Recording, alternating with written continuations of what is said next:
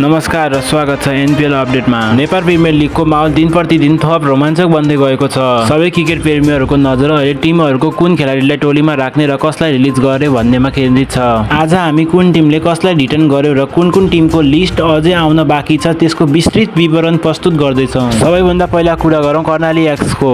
यो टिमले आफ्नो आधिकारिक रिटेन्सन लिस्ट सार्वजनिक गरिसकेको छ। कर्णालीले आफ्नो मार्की खेलाडी सम्पल कामीसँगै गुलसन झा, नन्दन यादव, दीपक डुम्रे, पवन सराफ, युनिस विक्रम सिंह ठकुरी र युवराज छत्रीलाई टोलीमा रिटर्न गरेको छ। कर्णाली एक्सले एउटा बलिलो कोर टोलीलाई निरन्तरता दिँदै मैदानमा उतार्ने तयारी गरेको देखिन्छ र चितवनले पनि आफ्नो रिटेन्सन लिस्ट सार्वजनिक गर्दै कुशल मल्ललाई टोलीमा सुरक्षित राखेको छ। उनीसँगै दीपक बोहरा, देव खनाल, हिजन ढकाल, कमल सिंह ऐरी, सञ्जित कुमार र अर्जुन साउथ पनि आगामी सिजनका लागि चितवन राइनोजको रहन निश्चित भएको छ। यसैबीच जनकपुर बुल्स तर्फबाट पनि ठूलो अपडेट आएको छ। जनकपुर बुल्सले यात्रा जारी छ भन्दै आगामी एनपीएल सिजनका ठिकरा लागि आफ्ना स्टार खेलाडीलाई रिटर्न गरेको आधिकारिक घोषणा गरेको छ। सार्वजनिक गरिएको नयाँ तस्बिरमा एनपीएल ट्रफीका साथमा जनकपुर बुल्सका मुख्य 5 जना खेलाडीहरू निकै जोसिलो रूपमा प्रस्तुत भएका छन्। यसरी आफ्नो कोर टोलीलाई सुरक्षित राख्दै जनकपुर बुल्सले पनि यसपटक उपाधि रक्षा गर्ने बलिलो संकेत दिएको छ। धेरै क्रिकेट फ्यानहरूले सुदूरपश्चिम विराटनगर, लुम्बिनी लगायतका टिमहरूको रिटर्न लिस्ट किन आएन भनेर सोधिरहनु भएको छ। लुम्बिनी लायन्सले आफ्नो रिटर्न लिस्ट छिट्टै सार्वजनिक गर्ने जानकारी दिएको छ। उनीहरूले ड्रेसिङ रुममा जर्सीलाई देखाउँदै फ्यानहरूलाई तयार रहन आग्रह गरेका छन्। त्यस्तै विराटनगर किङ्सले पनि रिटेन्सन कमिङ सुन भन्दै कोशीको शान र आफ्नो पहिचान झल्किने गरी खेलाडीहरूको नाम छिट्टै सार्वजनिक गर्ने संकेत दिएको छ। तर अहिलेसम्म नामहरू गोप्य नै राखिएका छन्। पोखरा एडभेन्चर्सले पनि आफ्नो आधिकारिक पेज मार्फत रिटेन्सन लिस्ट ड्रपिङ सुन भन्दै फ्यानहरूलाई केही समय धैर्य गर्न आग्रह गरेको छ। पोखरा एडभेन्चर्सको रिटर्न लिस्ट पनि अब धेरै दिन टाढा नरहेको बुझ्न सकिन्छ।